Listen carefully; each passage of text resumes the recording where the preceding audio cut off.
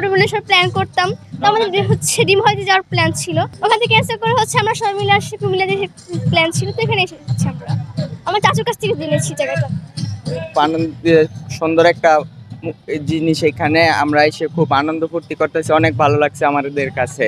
অনেক ভালো লাগছে। আর মানে এত সুন্দর করে এত আগে যে মানে এত ভালোভাবে যে কিছু নির্মাণ করা যেত, মানে ইতিহাসটা জেনে খুবই ভালো লাগছে। আর আরো বেশি মানে অনুপ্রেরণা হচ্ছে যে ভবিষ্যতে আরো ভালো ভালো প্রত্নতাত্ত্বিক নিদর্শনগুলো দেখব। অনেক উৎসাহ পাচ্ছি আর ইতিহাস সম্পর্কে কৌতূহল যাচ্ছে।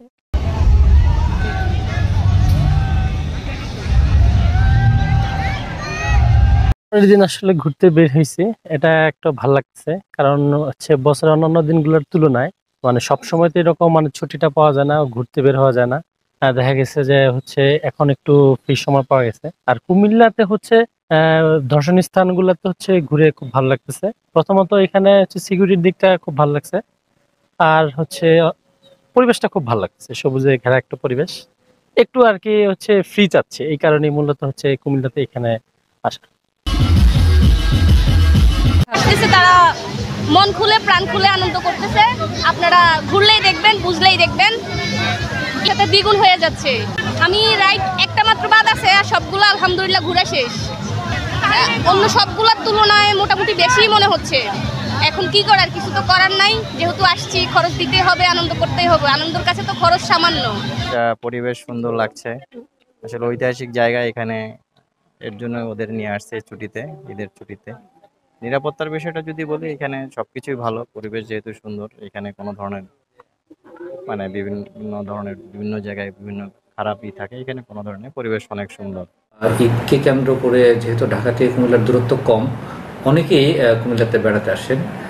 কুমিল্লাতে বেড়ানোর বেশ কিছু গুরুত্বপূর্ণ জাতীয় এবং প্রত্নতত্ত্বতাত্ত্বিকভাবে গুরুত্বপূর্ণ বেশ কিছু দর্শনীয় স্থান আছে।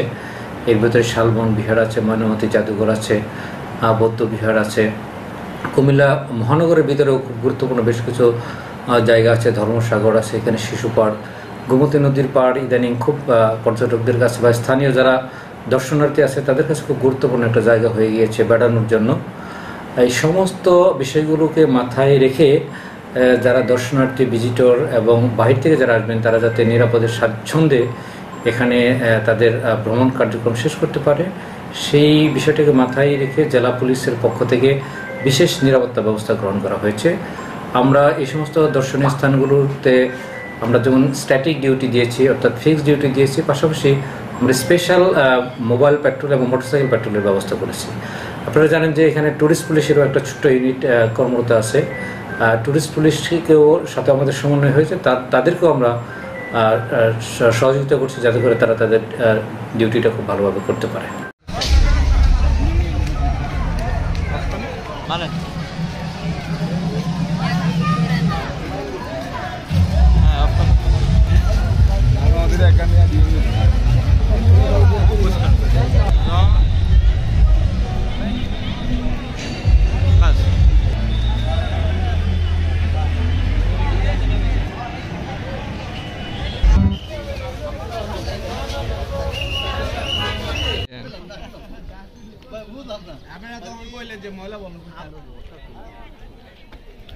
শর্ট আফি